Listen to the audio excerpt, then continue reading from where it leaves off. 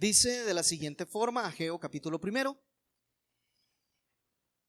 en el año segundo del rey Darío, en el mes sexto, el día primero del mes, vino palabra del Señor por medio del profeta Ageo a Zorobabel, hijo de Salatiel, gobernador de Judá, y al sumo sacerdote Josué, hijo de Josadac. Así dice el Señor de los ejércitos: este pueblo dice, no ha llegado el tiempo de que la casa del Señor sea reedificada. Entonces vino palabra del Señor por medio del profeta Ageo: ¿es acaso tiempo para que ustedes habiten en casas artesonadas mientras esta casa está desolada? Ahora pues, así dice el Señor de los ejércitos: consideren bien sus caminos. Siembran mucho, pero recogen poco. Comen, pero no hay suficiente para que se sacien. Beben, pero no hay suficiente para que se embriaguen. Se visten, pero nadie se calienta, y el que recibe salario en bolsa rota. Así dice el Señor de los ejércitos: consideren bien sus caminos. Suban al monte, traigan madera y reedifiquen el templo para que me agrade de él y yo sea glorificado, dice el Señor. Esperan mucho, pero hay poco, y lo que traen a casa yo lo aviento. ¿Por qué? Declara el Señor de los ejércitos: por causa de mi casa que está desolada, mientras cada uno de ustedes corre a su casa. Por tanto, por causa de ustedes, los cielos han retenido su rocío y la tierra ha retenido su fruto. Llamé a la sequía sobre la tierra, sobre los montes, sobre el trigo, sobre el vino nuevo, sobre el aceite, sobre lo que produce la tierra, sobre los hombres, sobre el ganado y sobre todo el trabajo de sus manos. Entonces Zorobabel, hijo de Salatiel, y el sumo sacerdote Josué, hijo de Josadac, y todo el remanente del pueblo obedecieron la voz de su Dios y las palabras del profeta Ageo, como el Señor su Dios le había mandado. Y temió el pueblo delante del Señor. Entonces Ageo, mensajero del Señor, por mandato del Señor, habló al pueblo: yo estoy con ustedes, declara el Señor. Y el Señor despertó el espíritu de Zorobabel, hijo de Salatiel, gobernador de Judá, y el espíritu del sumo sacerdote Josué, hijo de Josadac, y el espíritu de todo el remanente del pueblo. Así que vinieron y comenzaron la obra en la casa del Señor de los ejércitos, su Dios, el día 24 del mes sexto, en el año segundo del rey Darío. Muy bien, habíamos establecido que una estructura básica de este libro de solamente 2 capítulos es primero ver que nos habla acerca, el capítulo primero, de lo que son prioridades. Y ese es el tema de Ageo, lo que predomina, las prioridades. El capítulo 1 nos va a hablar de eso. El capítulo 2 nos habla acerca de el ánimo y la esperanza en su primera parte. En su segunda parte nos habla de santidad, y en la tercera una promesa de un reino eterno. Recordemos que Ageo es un profeta que dio 4 discursos. Algunos discuten ahí que 5, pero realmente son 4 discursos nada más. Es decir, es un profeta que es muy limitado en su ministerio. Solo 4 discursos. Y en un periodo de 4 meses. No uno por mes, sino que muy curiosamente da el primero, 24 días después da el otro, como aproximadamente un mes y medio el último, el tercero y cuarto en el mismo día. Así que es un profeta que nos habla muy concreto, muy directo, y por eso el libro es tan pequeño. Ageo habla de tal forma que no hay ambigüedades.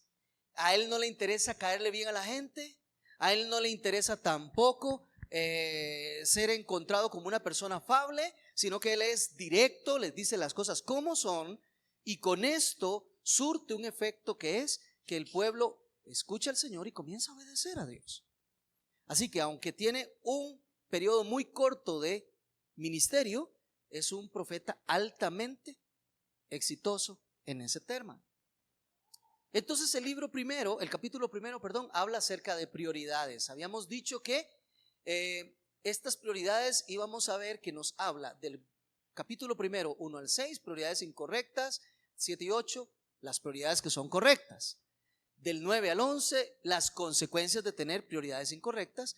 Y finalmente, del 12 al 15, las consecuencias de tener prioridades correctas. Esto ya estuvimos viéndolo, el hermano Daniel nos estuvo colaborando la semana anterior. Ellos iniciaron bien. Este pueblo, recuerden que había regresado aproximadamente 50,000 personas y eran dirigidos por Zorobabel, que era el que estaba como gobernador, era el líder civil o político, pero también estaban siendo dirigidos por el sacerdote Josué. Siempre los dos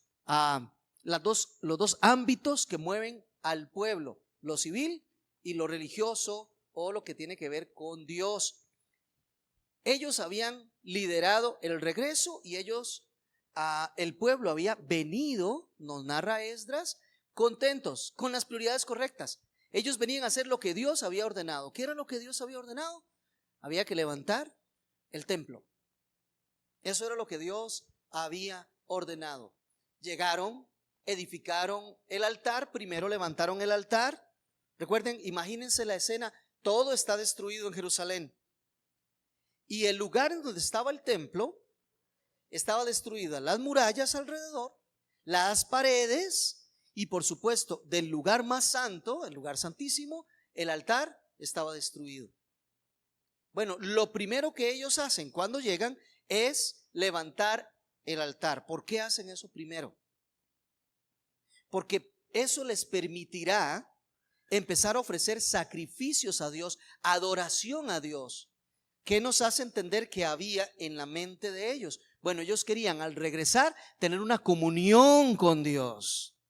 Y por eso era importante que los sacrificios se estuvieran haciendo. Porque recuerden que no hay perdón sin derramamiento de sangre. Ellos sabían que habían pecado y por eso estaban en el exilio allá en Babilonia. Ahora regresan y lo primero que quieren hacer es tener comunión con Dios. Y para tener comunión con Dios primero hay que entregar un sacrificio.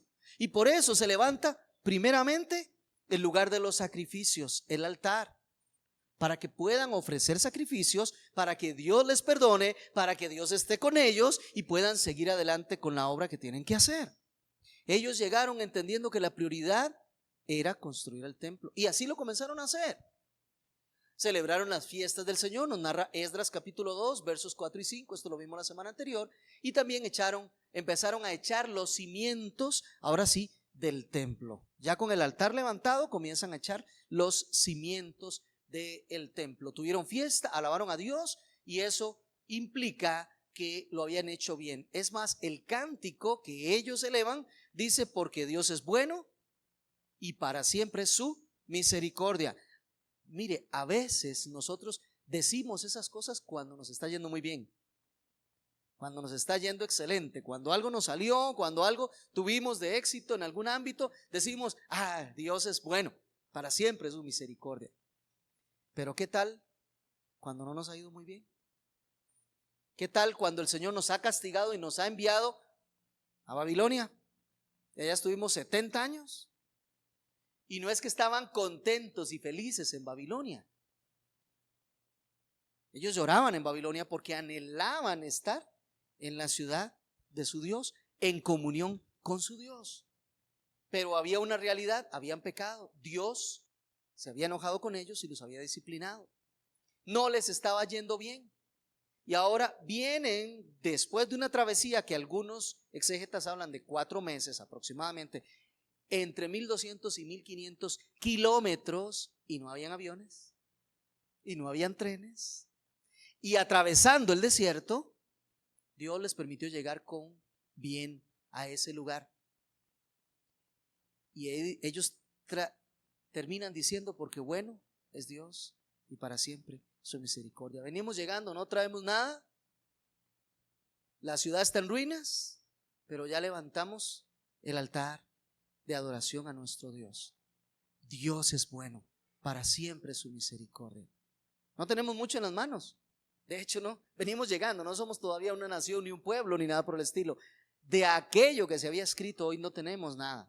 Hoy somos solo 50,000 que regresamos y ni siquiera las 10 tribus completas, solo 2 tribus. Pero mermados en cantidad, mermados en recursos, cuando no tenían absolutamente nada de esas cosas en lo que confiaban, era cuando el pueblo empezaba a confiar en Dios y reconocía sus misericordias.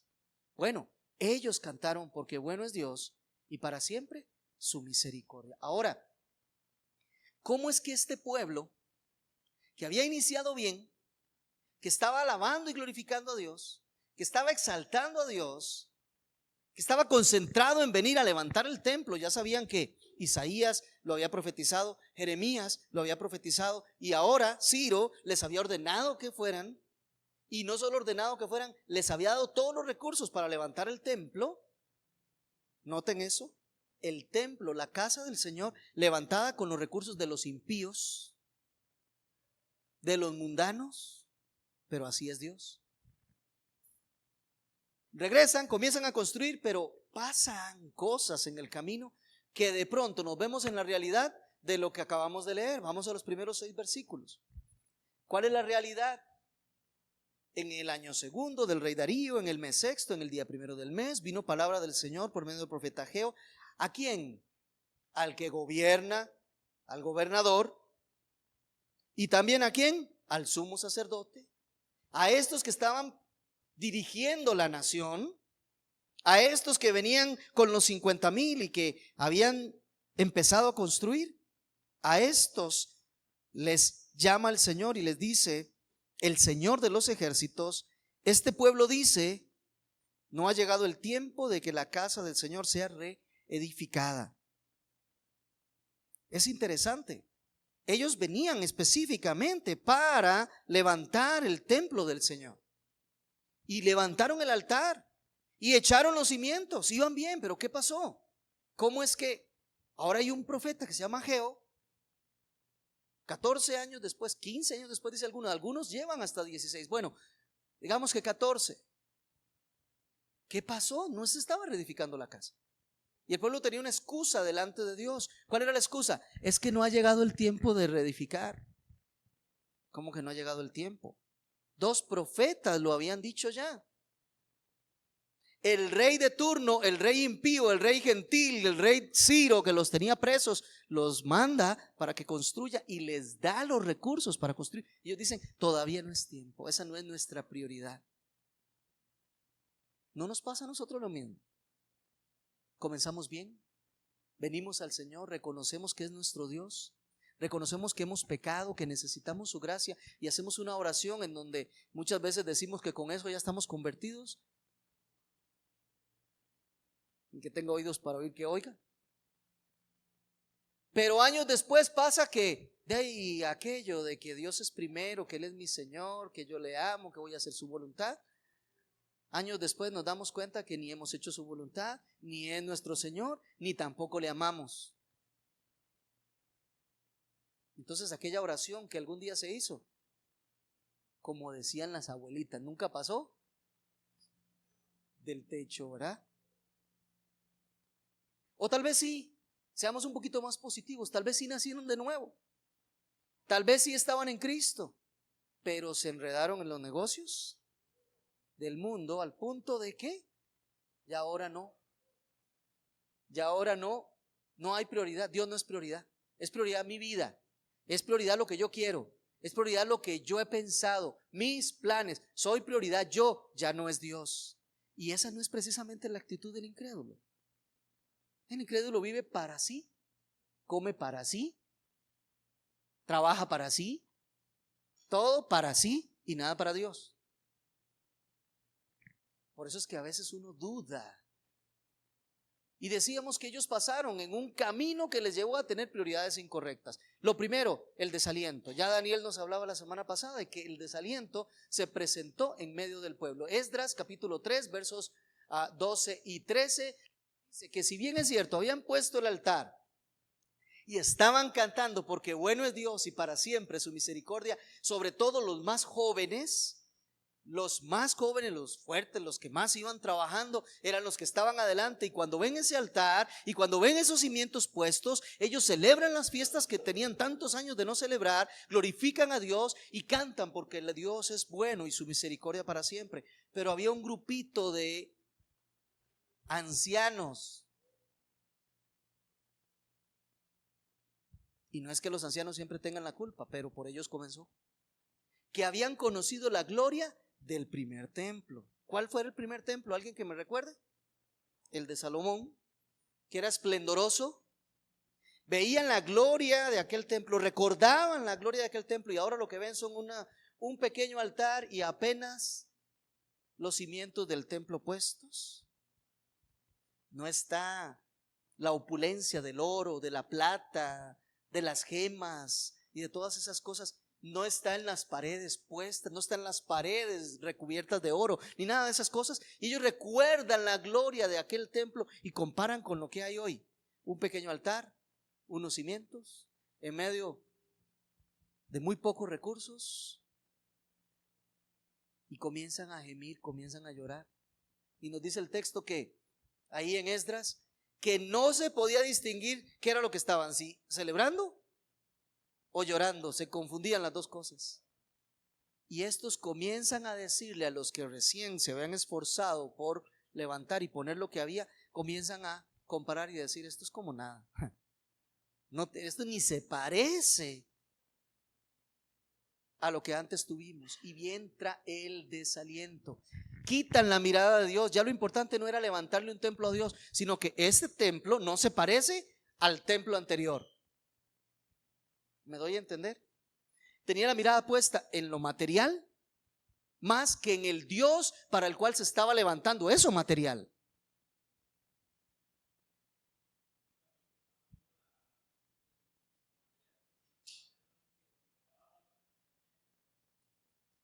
Ellos dicen: pero es que la gloria de aquel templo era mucho mayor que esta. A ver, ¿cuál era la gloria del templo anterior? Mire, es que la gloria del templo anterior es que era más grande, estaba recubierto de oro, había plata, había zafiros, mire, en el reinado de Salomón, nos dice las Sagradas Escrituras que en el reinado de Salomón la plata y el oro era moneda de uso común de todos, hasta el más pobre manejaba oro y plata, cuando todas las naciones no tenían. Tenía la mejor madera, era algo tremendo, precioso aquel templo. Y para esos viejos, la gloria del templo estaba en que era de oro, de plata, de diamantes, de piedras preciosas, de que ahí era donde para ellos estaba la gloria. Y como nada de eso estaba ahorita ahí puesto, entonces ese templo para ellos no era glorioso. ¿Cuál es la gloria del templo? A ver, díganme cuál es. La presencia de Dios. Todo lo demás no vale nada si no hay presencia de Dios. La comunión con Dios es lo que vale. Que Dios esté agradado, eso es lo que importa.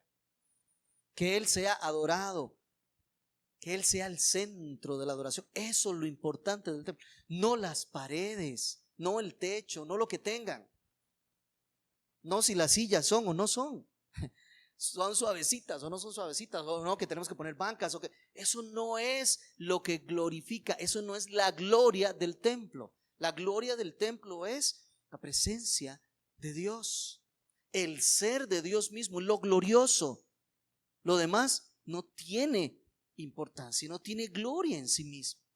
A nivel material, los seres humanos ven cosas y le dan valor, y entonces creen que una cosa es lo otro, pero nosotros tenemos que entender que lo principal, lo determinante es la comunión, la presencia con Dios. Igual sucede en sus vidas, igual sucede en mis vidas, en mi vida. Lo importante es, ¿está Dios con nosotros?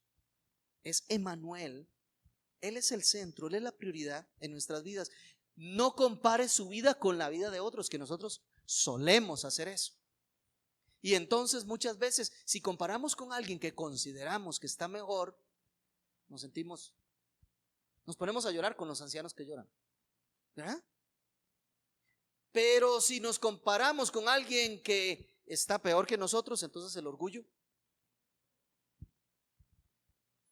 Y no tiene nada que ver. Dios está trabajando con cada uno de manera independiente, a su tiempo, en su forma, de la manera que Él sabe. Lo importante es que esté trabajando. Lo importante es que el que comenzó la buena obra la siga perfeccionando en nosotros. No como estamos ahorita. Por supuesto que vamos a estar en diferentes maneras cada uno de nosotros, pero ellos habían perdido eso de vista, hermana. se desaniman, se desalientan y hasta se caen en el desprecio. Se pone la mirada en las cosas materiales, se caen en comparaciones absurdas. ¿No les parece que era absurda esa comparación entre cómo está el templo ahorita y cómo estuvo antes o cómo va a estar después? Es absurdo, no tiene nada que ver. Lo importante es la presencia de Dios. Si Dios no está, puede ser lo más opulento, no sirve para nada, no tiene ninguna gloria, no vale. Pero también puede ser lo más sencillito, lo que apenas alcanzó, pero si ahí está la presencia de Dios, eso es lo valioso. ¿Qué vimos también? Bueno, quedamos puestos, ¿verdad? Aquí fue donde llegó Daniel. Transigencia. ¿Qué es el problema? El problema es que muchas veces está esa tentación de transigir. Bueno, como estamos desalentados, como no le damos la importancia que tiene que ser, como a nuestros ojos tiene poco valor, entonces comenzamos con esa tentación de transigir. Voy a hacer una aclaración. Ellos se les presentó la oportunidad de transigir y si bien no cayeron, pero ya fue suficiente como para empezar a meditar las cosas, ¿verdad? Fue un obstáculo presentado por los samaritanos. Si nosotros nos vamos al capítulo 4 de Esdras, y voy a invitarle a que vaya ahí, el capítulo 4 de Esdras y los versos 1 al 3, dice de la siguiente manera: cuando se enteraron los enemigos de Judá y Benjamín, recuerde que solo 2 tribus regresaron. Cuando se enteraron los enemigos de Judá y Benjamín que el pueblo del destierro estaba edificando un templo al Señor, Dios de Israel, se presentaron ante Zorobabel y ante los jefes de las casas paternas y les dijeron: vamos a edificar con ustedes porque como ustedes buscamos también a Dios y le hemos estado ofreciendo sacrificios desde los días de Esar Adón, rey de Asiria, que nos trajo aquí. Aquí hay una intención. Permítanos colaborarle a ustedes, ¿verdad? Para que levanten el templo. Nosotros queremos ayudar. Y se presentan como si fueran los mejores amigos. Nosotros también adoramos al mismo Dios. Desde que el rey de Asiria nos trajo aquí, nosotros hemos estado adorando a Dios. Recordemos un poquito la historia. ¿Quiénes eran los samaritanos? Los samaritanos eran las personas que vivían en Samaria. ¿Ve? Qué fácil. ¿Y quiénes eran los que vivían en Samaria? Los samaritanos. No. Esos son los samaritanos, los que vivían en Samaria, eran los que pertenecían a las 10 tribus. ¿Se acuerdan? El reino del norte, el que se llamó Israel cuando se dividió el pueblo del Señor en Israel y Judá. De esos, cuando los asirios llegaron y cayeron sobre ellos, ¿qué fue lo que pasó? La política de Asiria era arrasar, llevarse de ahí a los que de ahí eran y traer gente de otros lados para mezclarlos con algunos que hubieran quedado por ahí y no se volviera a levantar ese reino. Esa era la política asiria.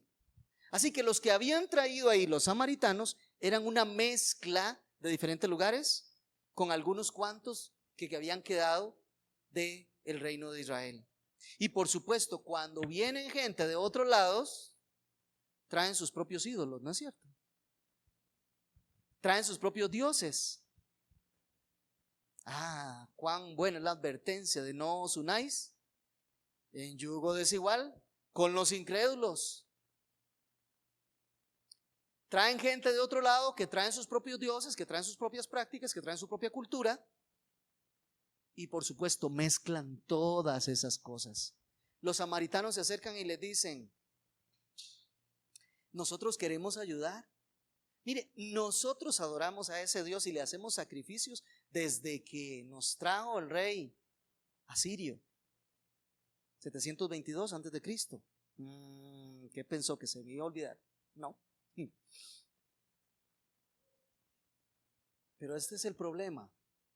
El problema es que igual le ofrecían a Cristo, como le ofrecían, a Dios, a Jehová, como le ofrecían a Moloc, o como le ofrecían al Dios que se les ocurriera ofrecerle. Eran idólatras. El ser humano siempre ha sido idólatra. Y usted o adora a Dios como tiene que ser, para lo cual fue creado, o tiene cualquier otro ídolo y lo está adorando. Entonces, ¿es cierto que ellos le sacrificaban a Jehová? Sí, es cierto. Pero también le sacrificaban a otro, y también le sacrificaban a otro, y también le sacrificaban a otro. ¿Me entiende? ¿Y eso es agradable a Dios? ¿Por qué no? Hay un mandamiento primario, ¿verdad? Al Señor tu Dios adorarás y a Él solo servirás. No hay otro Dios. Así que, ¿cómo nos vamos a unir? Los que adoramos a Dios y venimos a hacer su trabajo del templo, nos vamos a unir con aquellos que adoran también a otros dioses. Mire donde estaba una intención de transigir, un ecumenismo incipiente, ¿verdad? Para que haya una mezcla de cosas. No, no podemos. Y ellos se permanecieron fuertes. Zorobabel esta vez, junto con Josué, dijeron: no. Definitivamente ustedes no fueron redimidos por Dios para venir a hacer el templo. A nosotros sí. A nosotros nos llevaron a Babilonia. Y allá nuestros profetas nos dijeron que íbamos a regresar. Y luego Dios tocó el corazón de Ciro y nos sacó de allá y nos trajo con todos los recursos necesarios para que nosotros le levantemos al Señor la adoración que Él merece. Nosotros sí fuimos redimidos. Ustedes no. A ustedes los trajo el rey de Asiria. A nosotros nos trajo el Rey de Reyes y Señor de Señores, Jehová de los ejércitos. No hay comunión, no vamos a trabajar juntos. Y esto es una muy excelente lección. ¿Cuántas veces nosotros estamos tentados a transigir? ¿No es cierto?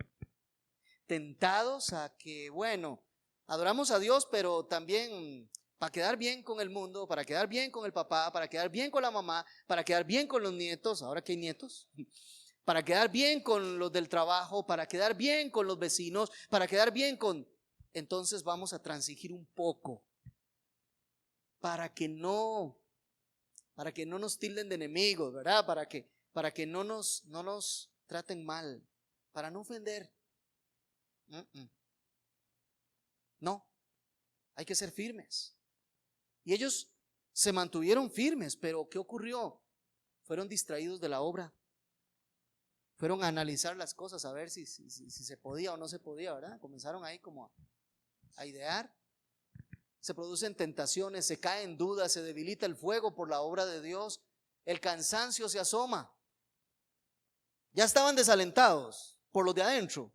Ahora vienen los de afuera y también les ofrecen cosas, ¿verdad? Esto es un obstáculo externo que viene a afectar lo que hay adentro. Otra vez, recordemos, fue el Señor Jesús el que dijo: en el mundo tendrán, pero confíen, ya yo vencí al mundo. Eso es lo que el Señor nos dice. No dice amóldense al mundo, sino todo lo contrario. ¿Qué nos dice Romanos 12:2? Que nosotros nos tenemos que renovar en el entendimiento para no adoptar la forma del mundo, sino ajustarnos a la voluntad de Dios. Basta ya el tiempo pasado cuando no éramos creyentes para vivir conforme al mundo, a las prácticas del mundo. Ya no corresponde a nosotros. Por la obra de Cristo Jesús en el Calvario, ya nosotros no podemos vivir igual que antes. Y ahora nos separamos. ¿Qué otra cosa? Bueno, amenazas. ¿Qué pasó cuando los samaritanos les dijeron: no, muchas gracias, ya no, con ustedes no vamos a trabajar? Entonces se reveló quiénes eran esos amigos samaritanos, ¿verdad? Verso 3, ahí en capítulo 4 de Esdras. Pero Zorobabel y Jesúa y los demás jefes de las casas paternas les dijeron: no tienen nada en común con nosotros para que juntos edifiquemos la casa de nuestro Dios, sino que nosotros unidos la edificaremos al Señor, Dios de Israel, como nos ordenó el rey Ciro, rey de Persia. Y vean lo que pasa, la reacción de los samaritanos. Entonces el pueblo de aquella tierra se puso a desanimar al pueblo de Judá y a atemorizarlos para que dejaran de edificar. ¿Qué fue lo que ocurrió? Ahora sí sacaron lo que traían adentro, ¿verdad? no eran tan buenos amigos, no venían a ayudar, no estaban interesados en la gloria de Dios al que decían que le sacrificaban.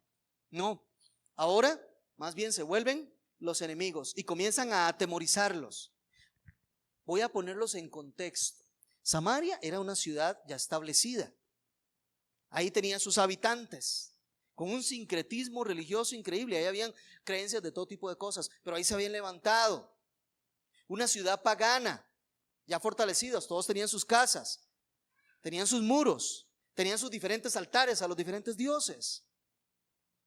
Y ahora aquí tenemos 50,000 personas que regresan, que no tienen ni casas, que apenas tienen un altar y que apenas es que están con pocos recursos que les dio el rey Ciro, intentando levantar para comenzar el templo, pero no tenían un ejército, ¿verdad?, ahí protegiéndolos. No tenían caballos de guerra, no tenían armas. Estaban expuestos a que cualquiera que les cayera encima los podía vencer. Por eso el único refugio que ellos entendieron cuando llegaron que podían encontrar era el Dios de los ejércitos. Ese es el único respaldo. Ese era el único, y había que ser fieles a Él para que Él nos protegiera, nos cuidara. Pero entonces las otras ciudades que sí estaban establecidas y que sí tenían ejércitos y que sí eran enemigos alrededor, y los más cercanos, los más próximos eran los samaritanos. Y ellos comienzan a meterles miedo, a atemorizarlos, comienzan a hablar. ¿Cuál es el resultado? Ellos caen en temor y lo primero que hacen es paralizar la obra. De ahí sí, si nos están amenazando, dejemos de hacer el templo y comencemos a ver cómo nos preparamos por aquello de que nos vengan a atacar. ¿Qué se llama eso? Confiar en uno mismo y no en Dios. Vamos a ver qué hacemos por nosotros. ¿No nos pasa a veces eso?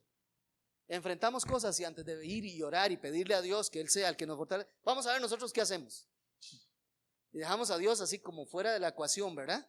Estamos teniendo un problema serio en la familia o con un hijo, con el trabajo, con lo que sea, y lo primero es vamos a ver cómo lo solucionamos nosotros, pero dejemos a Dios fuera de la ecuación, ¿verdad?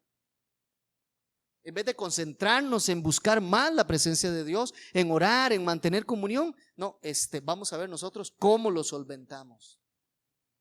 Mire, pero es que tenemos necesidad económica porque el trabajo no alcanza, o no tengo trabajo y estoy desesperado. Y se nos olvida que ¿quién es el que nos alimenta?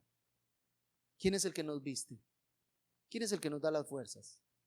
Podrías tener toda la salud y el mejor trabajo del mundo, que si Dios dice, no come, no come. O tienes ese problema con el esposo, o tienes ese problema con la esposa de que no se ponen de acuerdo en algún ambiente, en algún ámbito, en alguna de las áreas. Y entonces, voy a ver qué hago, ¿verdad? Voy a ver cómo, en el caso de la esposa, voy a ver cómo hago para convencerla. En el caso de la esposa, voy a ver si le cocino más sabroso para que... No, primero buscamos a Dios. Y muchas veces Dios lo que nos dice es, de momento, por ahora, concéntrese en hacer esto que le estoy diciendo. Esto, que no tiene nada que ver con su problema, no, esta es mi prioridad, que usted haga esto. Pero Señor, es que los samaritanos están amenazando, los samaritanos tienen un ejército y nos pueden caer. Ocúpense de levantar el templo. Esa era la labor que tenían que hacer. Se olvidaron de Dios, se olvidaron de su tarea. Y este obstáculo externo ya comenzó a afectarlos adentro, a desanimarlos, a hacerles tener dudas, temores. ¿Qué otro camino siguieron? Bueno, la oposición. Verso 5, mire lo que pasó ahí con los samaritanos. Tomaron a sueldo consejeros contra ellos para frustrar sus propósitos. Todos los días de Ciro, rey de Persia, y hasta el reinado de Darío, rey de Persia. O sea, empezaron a mandar mensajes negativos acerca de los judíos a Ciro, el que había ordenado que vinieran. Y desde Ciro hasta el rey Darío, de Darío ya escuchamos en Ageo, Todo ese tiempo ellos estuvieron mandando mensajes, estuvieron difamando, estuvieron haciendo ante el rey una mala fama de esos judíos que estaban ahí. Mire, algunos exégetas dicen que estos hombres empezaron a hablar con los comerciantes para que no les dieran madera. Hablaron con los comerciantes para que no les permitieran obtener recursos ni nada, sino que iban bloqueando todo lo comercial, iban bloqueando todo lo que ellos requerían. Entre Ciro y Darío, al menos, la historia registra, al menos un rey persa, Cambises, al menos un rey persa. Y a veces le llaman a ese rey Asuero, no se confundan, no es el otro Asuero. O Jerjes, y después un hijo que se llamó Artajerjes, no se confundan, no es así, esos son títulos, no es nombre. ¿Ok? Entonces, al menos durante 3 reyes estuvieron molestando y jodiendo y de todas las maneras. Bueno, buscaban frustrar los propósitos de que ellos no continuaran con la labor. A veces quieres hacer las cosas que Dios dice y hay un montón de presión encima para que no lo hagas, ¿no es cierto? Te difaman, te dicen que es que estás haciendo, es que estás buscando otra cosa.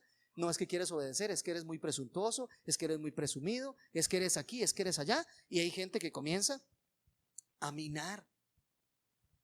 Ay, es que yo quiero estudiar para poder ser predicador en la iglesia. Y todo el mundo comienza, no, usted lo que está buscando es fama. Usted lo que está buscando es que todos lo escuchen. Usted lo que está buscando es que yo quiero ser obediente a mis padres. Y que comienzan a decirle a los hermanos, es que usted es un sapo, todo lo dice. Y ahí va. Porque así es el género humano, malo desde siempre. Se cae en el engaño. Entonces, bueno, ya que están diciendo que tenemos malas intenciones y que solo estamos buscando cosas para nosotros, pues entonces empecemos a buscar cosas para nosotros. ¿Sabe qué era lo que le mandaban a decir a Ciro? A Cambises, a Darío. ¿Sabe qué mandaban a decirles? Que los judíos estaban levantando un reino para irse en contra de Persia, que no podía el rey de Persia permitir que ellos se levantaran porque esos se iban a rebelar. Que lo que estaba ocurriendo con Zorobabel, usted no es que está dirigiendo la obra de Dios, usted lo que quiere es levantarse como un rey independiente. Y así comenzaban, hasta que se la empezaron a creer los de adentro. Dijeron, bueno, está bien, vamos a empezar a hacer lo que a nosotros nos interesa. Vamos a comenzar a levantar nuestro nombre, vamos a comenzar a levantarnos nosotros y vamos a dejar la obra de Dios. Abiertamente desobedecen y dejan de construir, dejan de levantar el templo al Señor, dejan de buscar la adoración, dejan de buscar la comunión con Dios. ¿Qué otra cosa enfrentaron en el camino? Estas acusaciones falsas. Y ahí están los versos 12 y 13 de donde estábamos leyendo en el capítulo 4 de Esdras. Miren todo este camino que ellos recorrieron.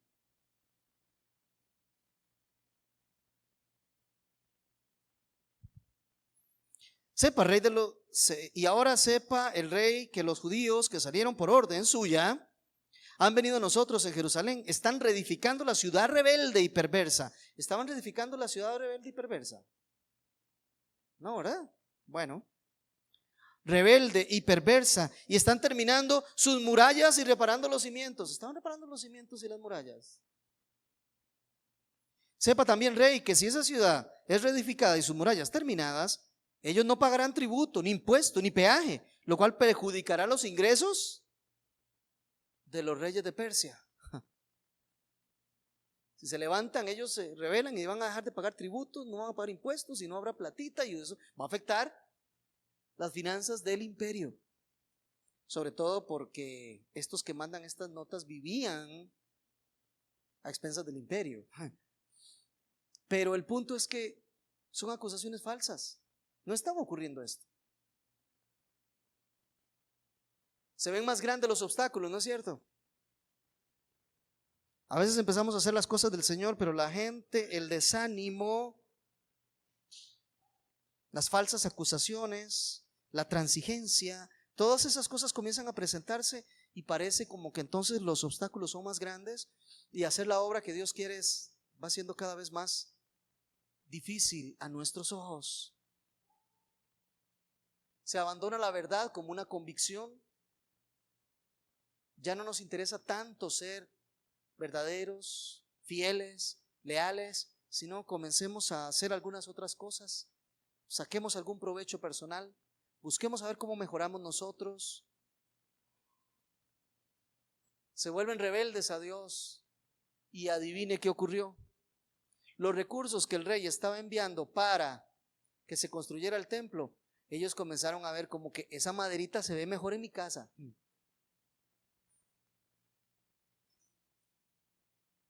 Esas piedras que vienen podrían formar mejor una casita que el templo del Señor.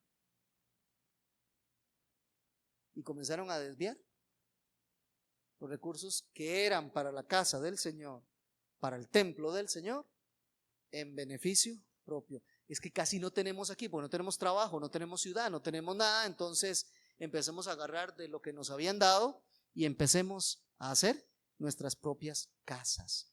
Uno de los exégetas que revisaba dice que desde el momento en que el rey ordena que suspendan las obras que se estaban realizando y entre el momento que ya habían dejado de construir habían pasado al menos 12 años.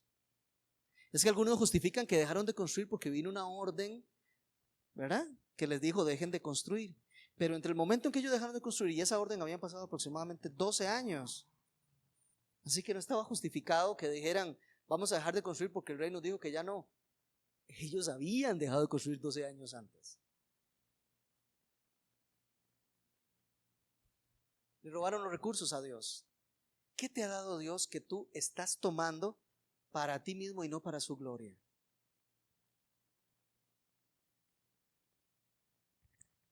¿Qué recursos te ha dado Dios que tú usas para ti y no para la gloria de Él?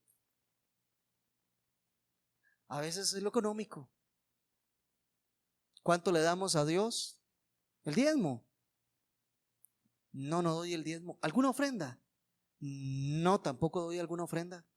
El 100% de tu dinero le pertenece al Señor, que te permite quedarte con el 90% para tus necesidades.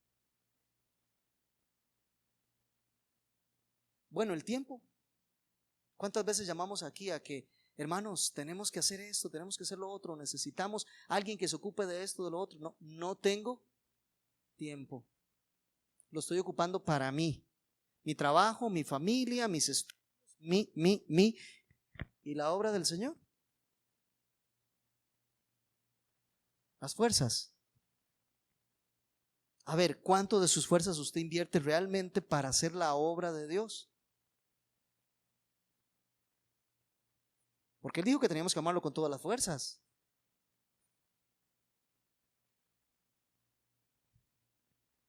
El tiempo, las fuerzas, el dinero, la salud y tu corazón. ¿Qué espacio guarda realmente Dios en ese corazón tuyo que Él te da todos los días? El aliento de vida. Tantas otras cosas más. ¿No es cierto que los agarramos para nosotros? Seamos honestos. ¿O estoy viviendo entre un montón de puritanos y no me da cuenta? Seamos honestos, es poco, sino que nada lo que le damos a Dios. Y a veces Dios lo que pide es que tengas un rato de devocional de 15 minutos en la mañana o de 30 minutos en la noche. Y ni eso. Pero sí toda una serie de Netflix, con las horas que sean. Es que estoy cansado, le dicen a uno a veces, hermano, ¿vas a venir a la reunión de hombres? Es que estoy cansado. Ya, me imagino que todo el día trabajando para el Señor, ¿verdad? La obra del Señor, voy a decirle algo, siempre lo hacen los cansados. Siempre la hacen los ocupados, la obra del Señor.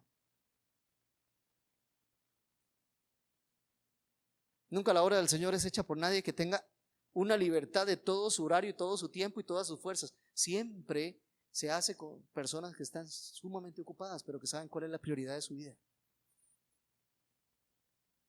Que saben cuál es la prioridad de su vida.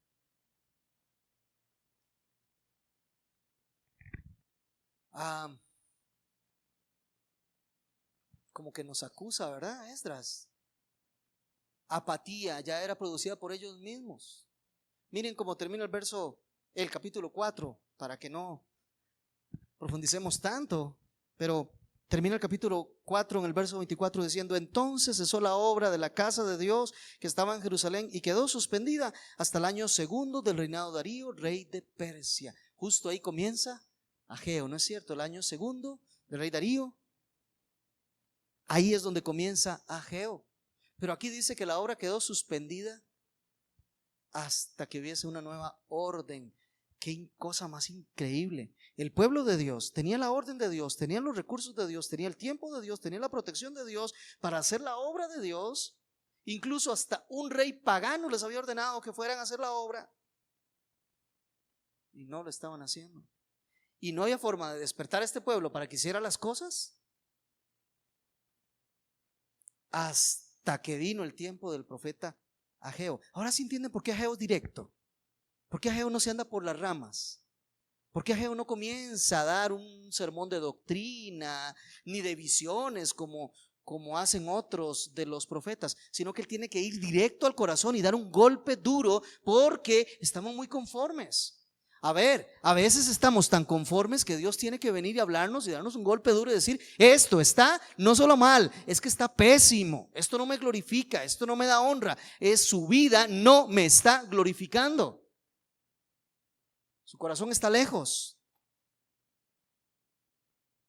El Señor le dice a los de Éfeso en Apocalipsis capítulo 3, les dice: han perdido su primer amor, y si no hacen las primeras obras, vengo y les quito el candelabro de ustedes. No me sirve. Una iglesia que no está haciendo lo que Dios dice, que no está haciendo la obra de Dios, que no está avivada por el fuego de Dios, es una iglesia que, perdón, pero no le está sirviendo de nada a Dios. Así de sencillo. Entonces, ¿para qué la va a tener ahí? No tiene sentido. Tuve la oportunidad de hablar con un hermano pastor allá en los Estados Unidos, que se está dando muchísimo esto, de muchas iglesias que están ya literalmente cerrando, porque ya no hay nada que hacer. O sea, los que venían a la iglesia ya tienen 50, 60, 70, 80, 90 o 100 años y no hay una generación nueva. Y lo único que están haciendo es terminando de enterrar a los últimos para ya cerrar, y ya no se puede seguir adelante. No hay testimonio, no hay evangelismo, no hay obra para Dios. Nadie se entrega, nadie hace nada. Solo van y se sientan los domingos y se van para su casa otra vez. No hay fuego de Dios, no hay algo que realmente los esté moviendo a hacer la obra de Dios. Y entonces, ¿qué están terminando? Cerrando las iglesias, vendiendo los edificios. En Inglaterra pasa lo mismo. Ahora es famosísima una iglesia que actualmente es un bar y le siguen llamando la iglesia y todo el mundo va a tomar.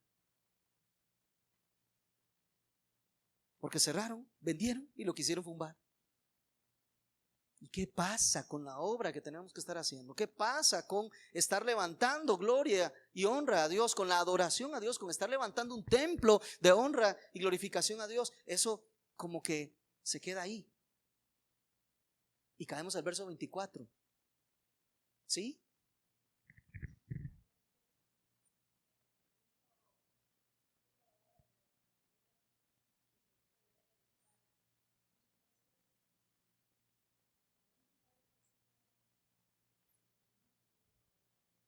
Uh-huh.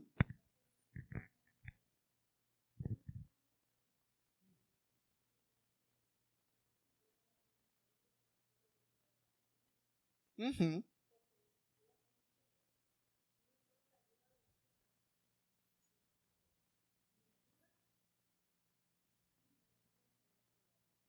Uh-huh.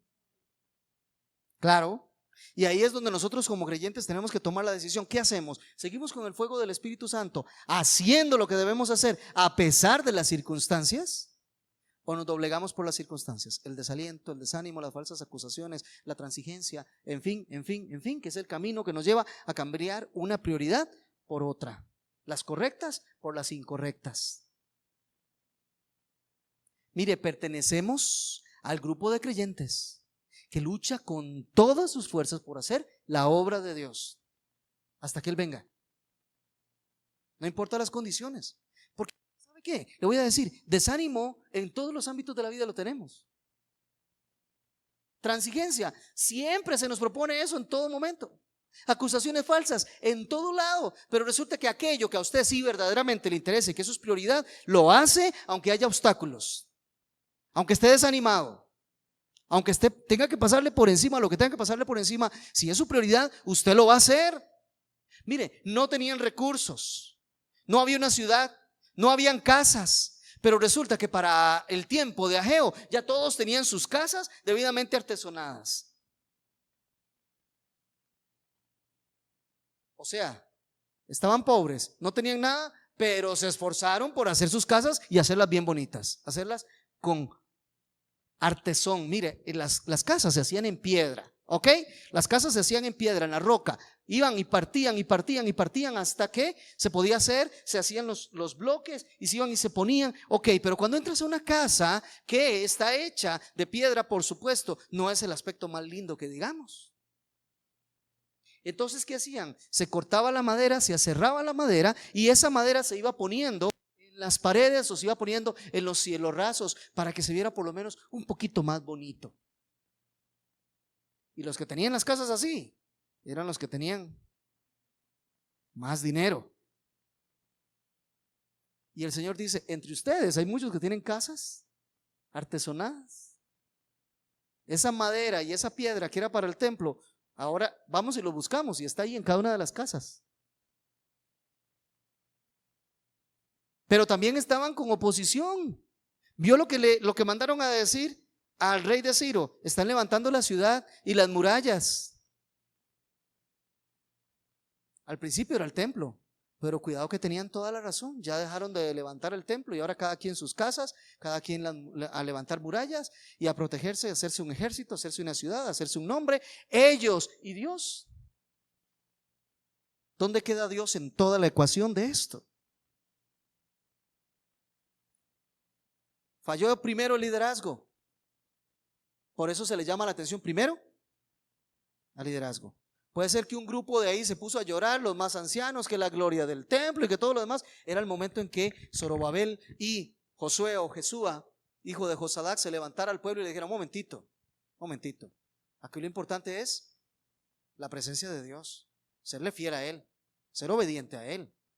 Tenemos que ir adelante. No vamos a estar viendo para atrás a cosas que no pertenecen a nuestro tiempo. Es ahora nuestro tiempo delante de Dios y tenemos una tarea que hacer. ¿Ibas a decir algo?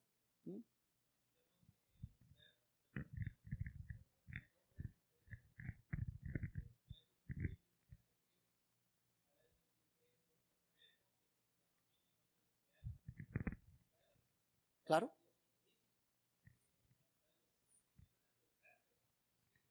Uh-huh.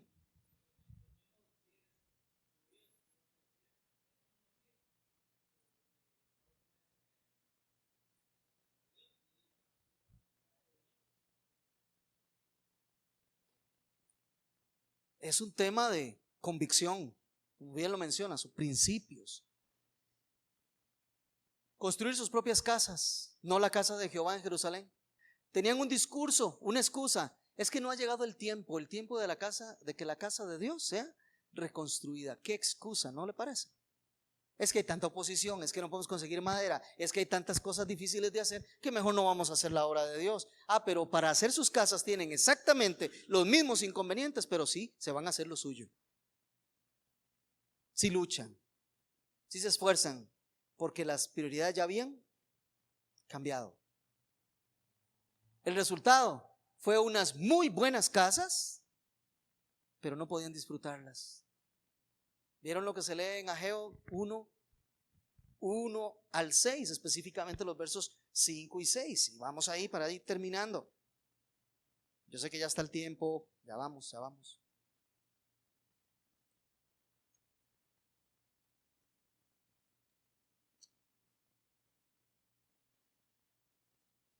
Dice el verso 5 del primer capítulo de Ageo. Ahora pues, así dice el Señor de los ejércitos, pongan su corazón en sus caminos. Ese es el texto original que nosotros traducimos. Consideren, pongan su corazón, piensen bien en los caminos que han traído. Ustedes vieron el camino que ellos siguieron para cambiar su prioridad. Primero el desánimo, luego la transigencia, las falsas acusaciones, la oposición. Todas esas cosas fueron haciendo que el corazón cambiara, las prioridades cambiaran. Ese fue el camino que habían seguido. Consideren bien sus caminos. ¿Y cuál es el resultado de esos caminos? Al día de hoy, después de las decisiones del pasado, al día de hoy, siembran mucho, pero recogen poco. Pasan el día sembrando, para poner en otros términos. Dedican todas las fuerzas a sembrar su propia comida. No dedican ni un segundo a ir a construir el templo, sino buscan cómo hacerse ricos. Siembran para obtener gran ganancia, pero cuando van a recoger, muy poco. ¿Qué más? Dice, es cierto, comen, sí les da para comer, pero no lo suficiente para quedar saciados. Beben, es cierto, tienen las uvas dan vino, pero no lo suficiente como para que se embriaguen. No lo suficiente como para que sientan saciedad. Es cierto, se visten, pero la ropa no los calienta. El hilo que se está produciendo es un hilo de tan poca calidad que aunque se tenga puesta la camisa, no le cubre. Y el que recibe salario, lo recibe como en una bolsa rota. ¿Sabe? Los impuestos estaban tan altos, la usura era tal, porque todo el mundo andaba buscando plata, que usted, aunque recibía salario, no le alcanzaba. Cualquier parecido con lo actual no es casualidad. Ellos tenían buenas casas, muchas cosas, pero no las disfrutan. ¿No pasa así con nosotros? Dejamos a Dios de lado, empezamos a ocuparnos en nuestra vida, empezamos a alcanzar todo lo que hemos pensado y hemos querido en nuestra vida y estamos sin satisfacción. Consumimos y no hay nada de satisfacción, no hay alegría, no hay gozo. Se ve la tristeza en el rostro, no hay satisfacción, porque no tenemos la prioridad correcta y no estamos alcanzando el camino que Dios quiere. Quiero preguntar, pero esto para que usted se responda a usted mismo. ¿Tiene las prioridades correctas? ¿Tiene usted las prioridades correctas? Adelantándome a su respuesta, ¿qué fue el camino que usted tomó para tener prioridades incorrectas? ¿Se ha metido el desaliento? ¿Se ha metido ahí el desánimo? ¿Ha transigido? ¿La oposición la ha visto más grande de lo que debe ver? ¿Qué cosas han llevado en su camino a que usted llegue a tener, al final de cuentas, las prioridades incorrectas?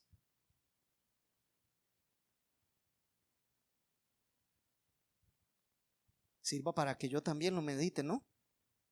Para que yo también lo pregunte. Decimos que la palabra de Dios es el alimento para nuestra alma, que amamos la palabra de Dios. Ok, ¿cuánto invertimos para estudiarla al día?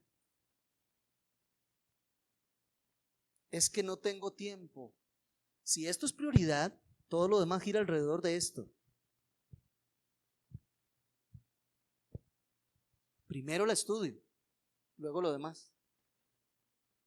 Primero medito en ella, luego lo demás. Si Dios es prioridad, ¿cuánto tiempo estamos invirtiendo en oración, en comunión con Él? En avanzar a la semejanza de Cristo. Si de verdad queremos levantar un altar de adoración a Él, de verdad nos estamos cuidando nuestro cuerpo para que nuestro cuerpo sea templo. digno del Espíritu Santo que vive en nosotros. Nuestra forma de hablar, nuestras conductas, nuestros pensamientos, nuestras intenciones, por qué hacemos las cosas. Es más, quiero preguntar algo sencillo. ¿Por qué viene al templo? ¿Cuál es su prioridad para venir un domingo acá? ¿Cuál es? ¿Es la gloria de Dios? ¿Es la conformidad a Cristo? ¿O son otras cosas? ¿Les parece si oramos? Nuestro buen Señor, tu palabra es firme, es fiel, y ella nos lee a nosotros, nos juzga. Cristo, tú dijiste, yo no los juzgo, sino mi palabra. Hoy estamos expuestos otra vez. Y de verdad que necesitamos, Señor, el perdón, la limpieza de la maldad, y que pongan nuestros pies en el buen camino. Ayúdanos a tenerte como prioridad, Señor, porque lo necesitamos, es urgente. Ven a nosotros. Líbranos de los pensamientos que nos llevan a actuar en contrario a lo que tú has ordenado. Y por favor,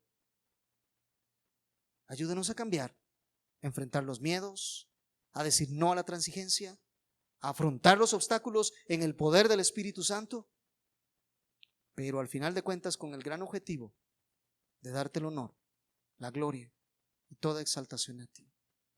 Al final para eso fuimos creados, Señor, y queremos cumplirlo. Te rogamos que así sea en nuestras vidas, en el nombre de Jesús. Amén.